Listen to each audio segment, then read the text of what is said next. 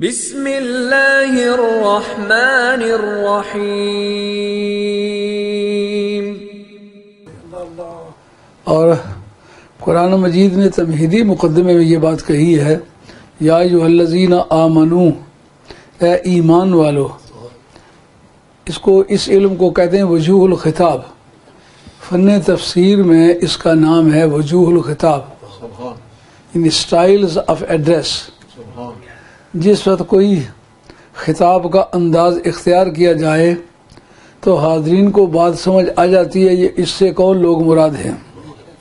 جیسا ایک استاد کہتا ہے سنو میرے شاگردو، ایک پیر و مرشد کہتا ہے سنو میرے مریدو، ایک باپ کہتا ہے کہ سنو میرے بچوں۔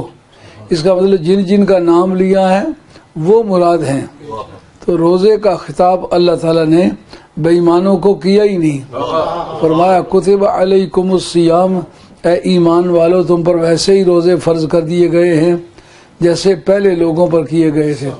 مثال دین اس کی مثل فرض کیے ہیں جس طرح پہلے کیے تھے۔ اس سے ہمیں سمجھنا ہوگا کیا ان روزوں کا ثواب اسی طرح ہوتا ہے جیسے وہ پہلوں کا تھا؟ ہرگز نہیں۔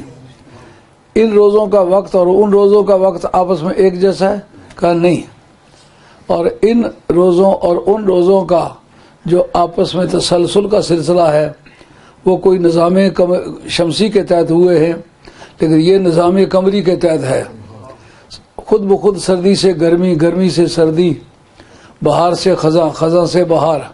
لوگوں نے مانگ کے لیے کہ مولا کریم بہار میں عید آئے ہم مزے اڑائے، لیکن انہیں یہ نہیں پتا کہ پہلے روزے رکھیں گے، اب جب بہار کے موسم پر روزے رکھے تو کہا اب تو عید کا مزہ بھی کرکری ہو گیا، کیونکہ جب بہار کا موسم ہے چمن میں کھلا جب کتب خانہ یہ گل، میں کام آیا ملا کو علم کتابی۔ وہ عیاشی کے دن بنتے ہیں، ان میں روزے رکھنا خاصا مشکل ہے۔ اللہ حضر کے اسی طریقے سے خزاں کی دعائیں کی، کبھی سردیوں کی دعائیں کی، کبھی گرمیوں کی دعائیں کی، لیکن آخر وہ موسیٰ علیہ السلام کو انہوں نے مایوس کیا، وہ اس طرح روزے نہیں رکھ سکے۔ لیکن نبی کریم علیہ السلام کی امت کو جو روزے فرض کیے اس کی مثل کیے ہیں۔ پھر مماثلت کس چیز میں ہے؟ کا فرضیت میں صرف مماثلت ہے۔ اس کا مطلب مثل ہونے کے معنی برابر نہیں ہے۔ انما انا بشر مثلکم،